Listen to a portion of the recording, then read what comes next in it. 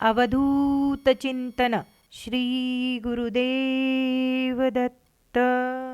गुरुर्ब्रह्मा गुरुर्विष्णू गुरुर्देव महेश्वरा. गुरु साक्षात परब्रह्म तस्मै श्री गुरुवे नमः. श्री स्वामी समर्थ महाराज की जय. गुरुचरित्राविषयी थोडक्यात. श्री सरस्वती गंगाधर विरचित श्री गुरुचरित्र हा अत्यंत प्रासादिक रसाळ ग्रंथ आहे. गुरुसंस्थेचे महात्म्य वर्णन करणारा हा ओवीबद्ध ग्रंथ कालातीत आहे. नामधारकाच्या प्रश्नाचे निमित्त करून सिद्धांनी त्रिमूर्ती दत्ताची अवतार कथा, अंबरीश कथा, धौम्य ऋषींची कथा इत्यादी पौराणिक कथांचे वर्णन जरी केले तरी गुरुचरित्राचा मुख्य विषय श्री नृसिंह सरस्वती यांचे अलौकिक अवतारी चरित्र सांगणे हा आहे.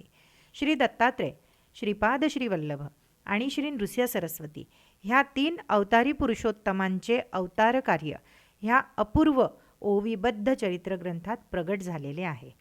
गुरुचरित्राच्या पहिल्या 9 अध्यायात श्रीपाद श्रीवल्लभांचे अवतार कार्य प्रगट झालेले आहे, तर 10व्या अध्यायात त्यांच्या निर्गुण अस्तित्वाचे वर्णन करून नंतर 11व्या अध्यायापासून श्री नृसिंह सरस्वतींचे अवतार कार्य विस्ताराने शेवटपर्यंत प्रगट झालेले आहे.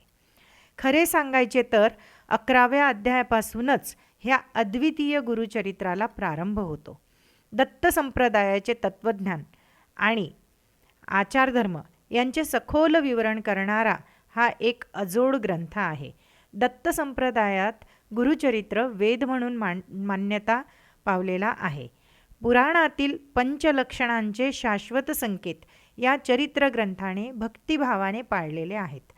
श्री गुरुचरित्राचे कर्ते श्री सरस्वती गंगाधर हे एक श्रेष्ठ दर्जाचे दत्तोपासक होते. सरस्वती गंगाधर हे श्री नृसिंह सरस्वतींचे पट्टशिष्य सायमदेव यांचे 5वे वंशज होते.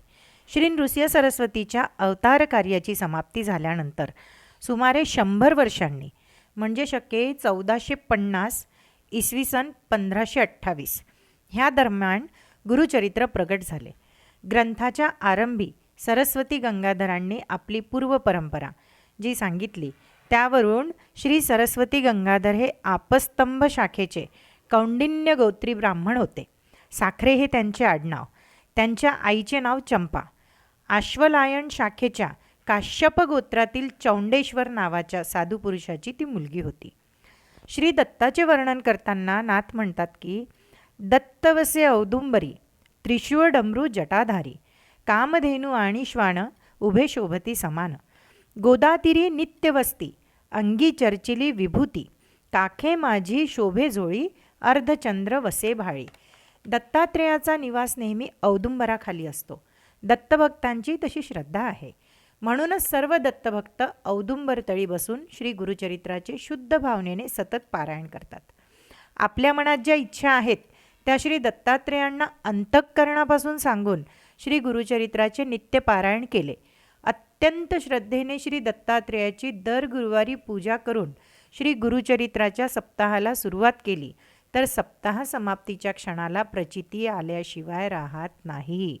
एक लक्षात घ्या की गुरुमहात्म्य सांगणारा, उपासना मार्गाचे श्रद्धेय प्रतिपादन करणारा, मानवी आचारधर्माचे रसाळ निरूपण करणारा सांप्रदायिक प्रमाण ग्रंथ म्हणून गुरुचरित्राला दत्त संप्रदायात मान आणि प्रतिष्ठा आहे.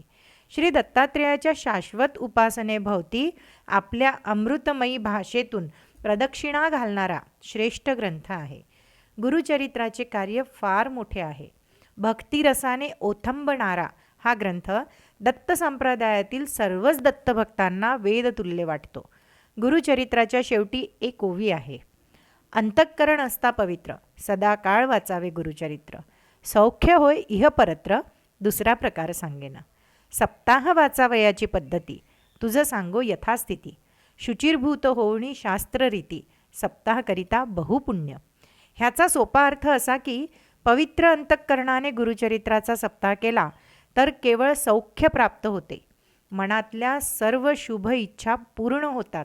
संपूर्ण सप्ताहात मौन ठेवून एकाच जागेवर बसून ब्रह्मचर्य व्रताचे पालन करून पूर्व दिशेला तोंड करून हा ग्रंथ वाचावा. पावित्र्य जपून श्रद्धेने पारायण केले तर सर्वात मोठा फायदा काय होतो तर मन शांत होते, प्रसन्न होते, समाधान पावते. गुरुचरित्रात शेवटी म्हटले आहे की ऐसे सप्ताह अनुष्ठान करिता होय श्री गुरुदर्शन, भूत प्रेतादी बाधा निरसन होनी सौख्य होत असे. गुरुचरित्र हा एक सिद्ध ग्रंथ आहे हे लक्षात ठेवून पावित्र्याचे संवर्धन करीत ग्रंथाचे पारायण करण्यात मानवी आयुष्याची सुखद फलप्राप्ती अनुभवता येते. म्हणून हा ग्रंथ प्रतिदिनी श्रद्धेय वृत्तीने वाचला जावा.